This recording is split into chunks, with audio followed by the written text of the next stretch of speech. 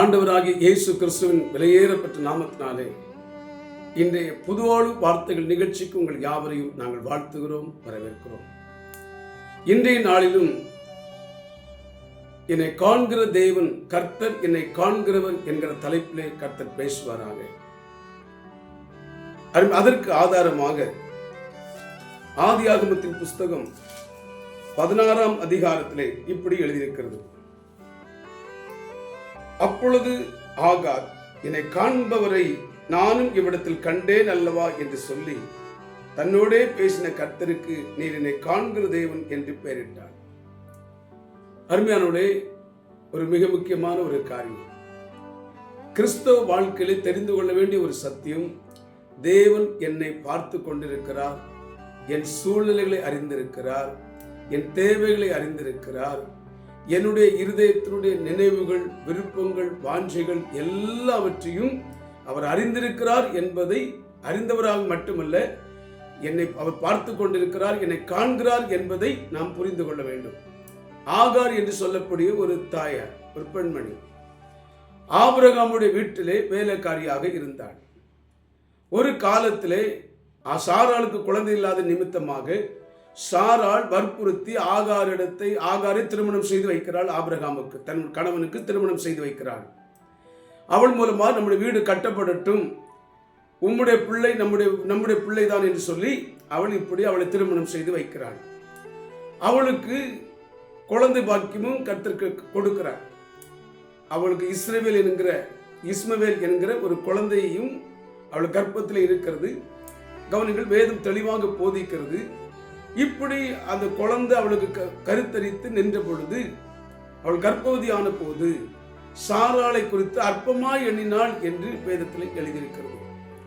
சாராள் தான் திருமணம் முடித்து வைத்தாள். இப்போ ஆகாருக்கு திருமணமாகி குழந்தை நின்ன உடனே திருமணம் பண்ணி வைத்த சாராளையே அற்பமாக எண்ணினாள். அப்போ சாராள் என்ன சொல்கிறாள் கணவனிடத்திலே, கர்த்தர் உம்மையும் என்னையும் நடுநின்று நியாயம் தீர்ப்பாராக என்று சொல்லி அவள் சொல்லுகிறாள். அப்பொழுது ஆபிரகாம் என்ன சொல்லுகிறார், அவள் உன்னிடத்தில் தானே இருக்கிறாள், உனக்கு விருப்பப்படி நல்ல காரியத்தை செய் என்று சொல்லிட்டு அமைதியாகிறார். ஆனால் அந்த நேரத்திலே சாராள் ஆகாரை கடினமாய் நடத்தினபடினாலே இனி இந்த வீட்டில் இருக்க முடியாது என்று சொல்லி அவள் வீட்டை விட்டு வெளியேறி வனாந்தரமான இடத்துக்கு வருகிறாள்.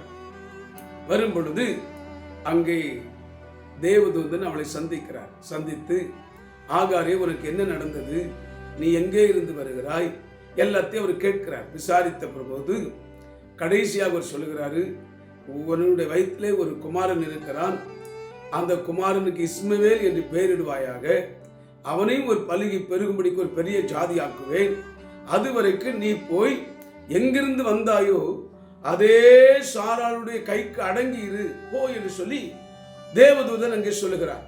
அவளும் கேட்டு கீழ்ப்படிந்து அங்கே வந்து சேருகிறதை குறித்து வேதத்தில் வாசிக்கிறோம். அதற்கு முன்பாக நடந்த ஒரு சம்பவம். அப்பொழுது அவள் சொல்லுகிறாள், என்னை காண்பவரை நான் இந்த வனாந்தரத்தில் வந்து கணவனாருடைய வீட்டை விட்டு வெளியேறி இப்படி அலைந்து திரிகிற என்னை காண்கிற ஒரு தேவன் உண்டு, அவர் என்னை காண்பவரை நானும் கண்டேன் என்று சொல்லி அவருக்கு என்னை காண்கிற தேவன் என்று பெயரிட்டாள். இன்றைக்கு நீங்கள் நானும் ஆண்டுடைய சமூகத்தில் தெரிந்து கொள்ளணும். கவனிங்கள், நீங்கள் நானும் புரிந்து கொள்ள வேண்டிய ஒரு காரியம் உண்டு. தேவன் நம்மை காண்கிறவர்.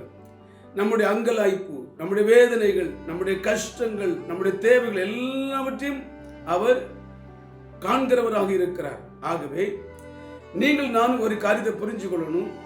நம்முடைய வாழ்க்கையில தேவனுக்கு முன்பாக தேவன் நம்முடைய வாழ்க்கையில் எல்லா நன்மைகளும் அவர் செய்கிறவராக இருக்கிறார். ஆனால் நாம தேவனுக்கு முன்பாக எப்படி நடக்க வேண்டுமோ அப்படி நடக்கணும்.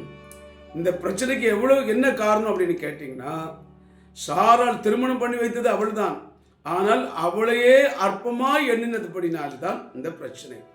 இன்னைக்கு நம்முடைய வாழ்க்கையில நம்முடைய கேரக்டர்ங்கிறது, ஹேபிட்ங்கிறது ரொம்ப முக்கியம். ஆட்டிடியூட்ஸ், நம்முடைய கேரக்டர், நம்முடைய ஹேபிட் சரியா இல்லை, நம்முடைய குணாதிசயங்கள் சரியா இல்லைன்னா வீணான பிரச்சனைகள் நம்முடைய வாழ்க்கையில வந்துடும். ஆகினால தான் நாம் அன்புள்ளவங்களா, இரக்கம் உள்ளவங்களா, தயவுள்ளவங்களா, சாந்தம் உள்ளவங்களா, பொறுமை உள்ளவங்களா, தயவுள்ளவங்களா, அதே நேரத்தில் தாழ்மை உள்ளவங்களா, உண்மை உள்ளவங்களா நடக்கணும்.